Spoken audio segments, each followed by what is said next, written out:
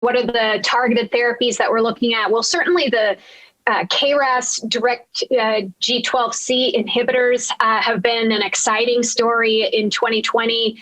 And we're seeing now after at ESMO and the triple meeting in 2020 with the initial results of the Amgen 510 and the Mirati MRTX 849, two different direct KRAS G12C inhibitors with response rates north of or just around 40%. Those trials, those pivotal trials comparing those drugs to doxcetaxel are ongoing. Trying to combine those KRAS G12C inhibitors with immunotherapy in the front line is an interesting strategy. We're evaluating that as well. Where is the best place to put these patients that are found to have KRAS G12C mutations? A second area of interest and that we're evaluating here at Sarah Cannon are patients with HER2 mutations. Unlike breast cancer, where you're looking at protein expression found by FISH or IHC, in lung cancer, the HER2 mutation seems to be relevant.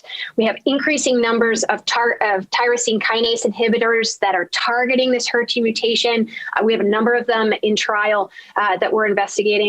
A third area that's very interesting are antibody-drug conjugates. And these are, of course, are monoclonal antibodies that are fused via a linker to a chemotherapy payload.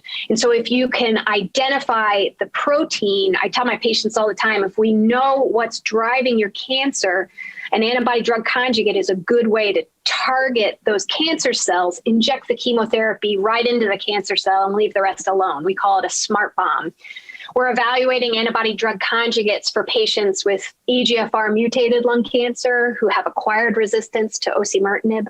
We're also evaluating antibody-drug conjugates against TROP2 for non-small cell lung cancer after immune therapy, as well as for patients with HER2 mutations. So lots to be hopeful for, lots of opportunities across different types of drugs in our drug development unit.